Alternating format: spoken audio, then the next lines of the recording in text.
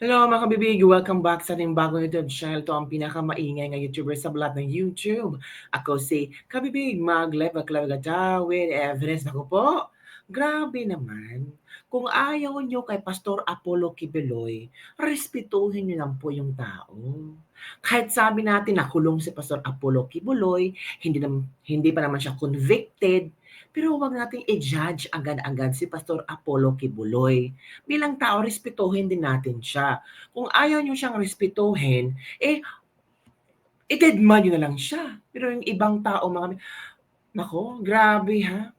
Ito mga kabataan natin ngayon, parang hindi naturuan ng proper na asal ng mga pamilya nila. Poster ni Pastor Apollo Kibuloy, pinunit, kasama pa ang poster ni Camille Villar at pinagtawanan. Ano bang point nila? 'Di ba? Buti pa ito kung itong mga taong ito, itong mga kabataan na ito ay tawag dito, makaboto, doon nila gawin ang lahat na galit nila kay Pastor Apollo Kibuloy, hindi nila iboboto si Camille Villar o Pastor Apollo Kibuloy, pero naman po, respeto na lang po tayo. Tapos binidyohan pa, pinagtawanan pa. Grabe, nakita niyo ba yung video mga kabibig? Gigil ako eh. Kahit hindi mo iboto si Pastor Apollo Kibuloy, kahit hindi mo iboto si Camille Villar, pero respeto lang ang ating ibibigay. Kasi kapwa Pilipino din natin 'to.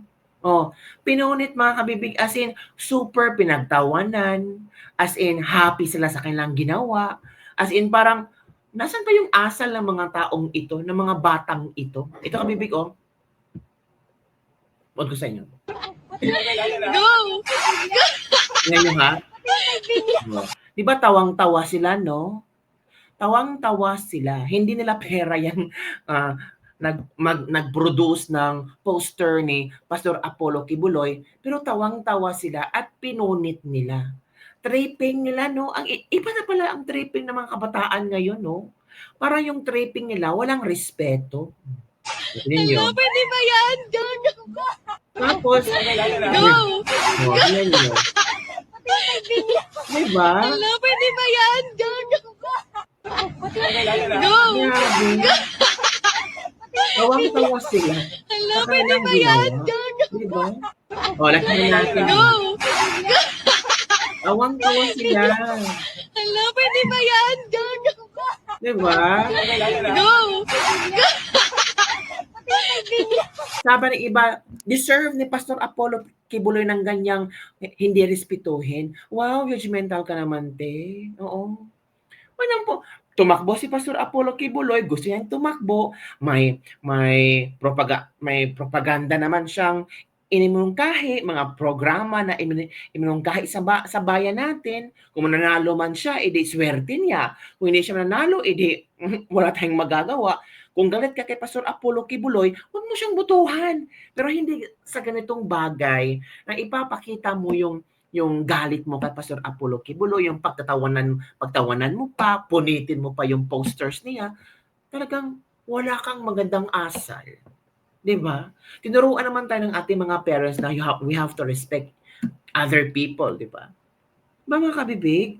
Sabi dito, tripping now, iyak later. Tapos sabihin ng mga magulang, mabait po ang anak ko. Oh, judgmental ka nga kay Pastor Apollo Kibuloy. So, ang mga tao judgmental din sa'yo. Hindi ka mabait. Diba? Wala kang respeto. Diba kabibig? Tawag dyan, back to you. Diba? Kasi kagigil din. Hello, pwede ba yan? Grabe. Wait, meron itong full-length video na kung saan dinamay din niya si ang poster ni Camille Villar. Hanapin natin mga kabibig ha. Trending na trending at pinag-usapan to. Parang tawag dito, wala ka bang ito ha. Ito yung share ko sa inyo. Dinamay niya ang poster ni Camille Villar. Kasi ang bastos, 'di ba? Ito kabibig ha. Hopefully full-length video to ito. Go! Hello, pwede ba yan? Meron pa. Yan, yung poster ni Camille Villar. Kita yung kabibig. Go! Hello, pwede ba yan? Hala, pwede ba yan? Tapos kinuha mo ng video tapos tawang-tawa ka, 'di ba? Anong klaseng utak meron ka diyan? Oo, kasi Camille Villar, 'di ba, nakakabastos talaga mga kabibig. Ito ang komento ng ating mga netizen. Pwede kasuhan na siya, labi na yung kumuha ng video. Nasa batas yan. Kung ayaw nyo po sa isang kandidato, wag po ninyong pakialaman ang mga poster nito. Kasi po may kaso yan, pwede kayong makulong ng 3 to 6 months at pagmultahin. Bakit naman kasi nakakulong na nga pinayagan pang tumakbong senador? Ano bang klaseng batas yan? Kapag simple mamayan, di pwedeng matanggap sa trabaho kapag walang NBI clearance. Hindi tumakbo ka rin para makaranas ka na pwede palang tumakbo ang simpleng tao. Sa ginawa nyo, di nyo alam na yan ang makatulong sa bayan. Dapat irerespeto nyo bawat reliyon, pinipilaban straight. Tuma. Kaninong mga anak to? Hindi ba ito tinuruan ng magandang asal? Ito pa. Wala, hoy, wala mo na say na pwede mo kasuhan anak yung gibuhat.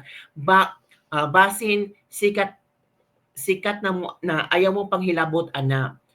Nasaan ba mga parents nito? Hindi ba nila alam na ginastusan ng personal money sa mga sponsor ni Kibuloy, yung mga poster na yan?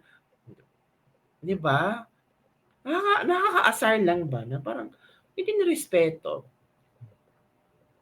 Okay, tawa muna ngayon, walang iyakan ha, make sure you defend yourself. Ang poster ay nasa maayos na lugar at maayos na pagkalagay. Pati ang mga kasama, makasuhan din. Naku. Yun mga kabibig, yun ang mga komento ng mga iilang netizen na hindi nasang-ayunan ang ginawa ng mga batang ito. Alerke, ang bastos talaga kabibig, no? Ikaw, gusto mo ba yun? Mga ganun klaseng mga kabataan ngayon na ang bastos, 'di ba? Sana before nila ginawa 'yon, pinag-isipan nila na tama ba ito or hindi, or mapasubo ba ako, or mapahiya ba ako, or mag-trending ba ako, 'di ba mga kabibig? So sana later on, kung mahanap man ang mga kabataan na ito, they will explain their side. Pero sa video nakikita mo naman na ang bastos nila. Speaking of mga achievement na lang tayo mga kabibig. Okay. Sa latest trending news ngayon sa senatorial survey mga kabibig na ginawa ng DZRH, pre-election survey second wave, nationwide, sample size 7,516 from March 8 to 10, ang nangunguna pasok sa top 12 pero ang number 1 natin ay si Bongo. Wow, ang taas sa 81% si Bongo. Nung mga previous months nangunguna si Erwin Tulfo, no? Pero ngayon si Erwin Tulfo pang-7 na. Oh, bumaba. Ngayon, mga pinibilaban, pasok na pasok mga kabibig. Si Bongo, number 1, 81%. Pangalawa, si Bato de la Rosa, 79.5%. Parang nakatulong yung ginawa ng gobyerno kay PRRD. Kasi nakikita nila kung gaano ka-strong ang pinipilaban. Gaano ka united. At talagang iisa lang ang pinibilaban. Yung mga suka, mga team suka, mga kabibig. Salvador Philip, si Philip Salvador, number 3, yung kinukutsa na maraming tao na, ay nako, bakit na tumubutuhan si Philip Salvador na aktor yan, walang nagawa. Pero sa panahon ng kailangan ng tulong ni Pangulong Duterte, siya palagi ang nandyan. Kitang-kita sa mga video dahil. Marcoleta, number 4, 43.9%. Pacquiao, 41.6%. Bondok James, sa Jimmy Bondok, 40.1%. Tulfo Erwin, number 7 na lang si Tulfo, no? 37.8%. Revillame Willie, 37.6%. Lambino Raul, 37.2%. Lapid Manuel, 35.7%. Villar Camille, yung pinupunit-punit ninyo, 35.6%. At Tulfo Ben, 29.7%. Ito yung top 12 na kung ngayon man ang election ay pasok na pasok sila. Ilan ba ang pinibilaban dito? 1, 2, 3, 4, 5, 6, 6. 6 na PDP laban, pasok na pasok sa MBC DZRH pre-election survey. Ilan ba ang sinorvey nila? 7,516 katao mga kabibi. O di ba? Bongga? Oo, pasok pa rin. So dapat more pa tayo mga PDP laban.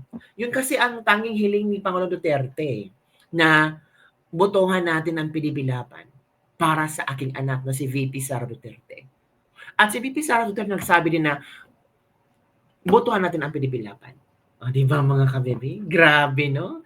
Talagang si Talia Digong, kahit nasa bilangguan ngayon sa ICC, pero palaging sinasabi niya kay VP Sara na huwag mong kalimutan, sabihan mo ang mga tao na botohan ang PDP laban.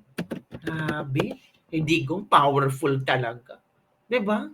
Powerful na powerful. Ayun. VP Sara, hinimok ang publiko na mag-vote straight sa PDP laban. Ito ang mga kabibig. Share ko ulit kabibig ha.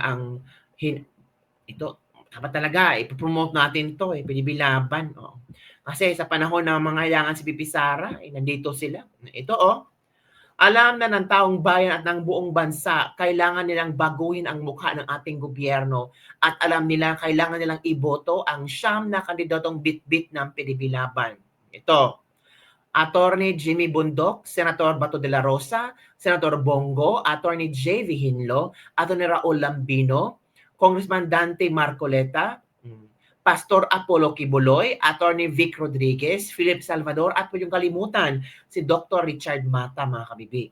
Kaya ginawang ng extraordinary rendition ang ating Pangulo dahil mukhang magba-block voting ang buong Pilipinas sa PDP laban. O kayo ba? Ready na ba kayo sa block voting para sa PDP laban?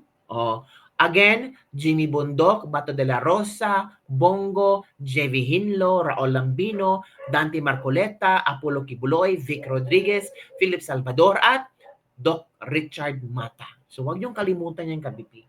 Ang PDP laban. Ay. Excited ka na ba sa election? Of course. Marami nang excited sa election kasi sabi na bawi tayo sa election. Yan din ang sabi ni Kitty Duterte, no? Sa election tayo babawi. Oy, iba si Kitty. Ha? Palaban na si Kitty ngayon. And we're happy kasi si VP Sara and Kitty Duterte, sisterhood relationship na. Ang ganda ng bonding nila. So yung iba dyan na hindi maganda ang bonding sa pamilya, nung sirang-sira ang pamilya, may insecure talaga, magsiselos talaga kayo kapipi. So yun lang po mga kabibig ang ating latest lebak-lebak for today mga kabibig. Grabe talaga at marami pang ibang mga trending news ang ating pag-uusapan later on. Bye everyone, see you next time.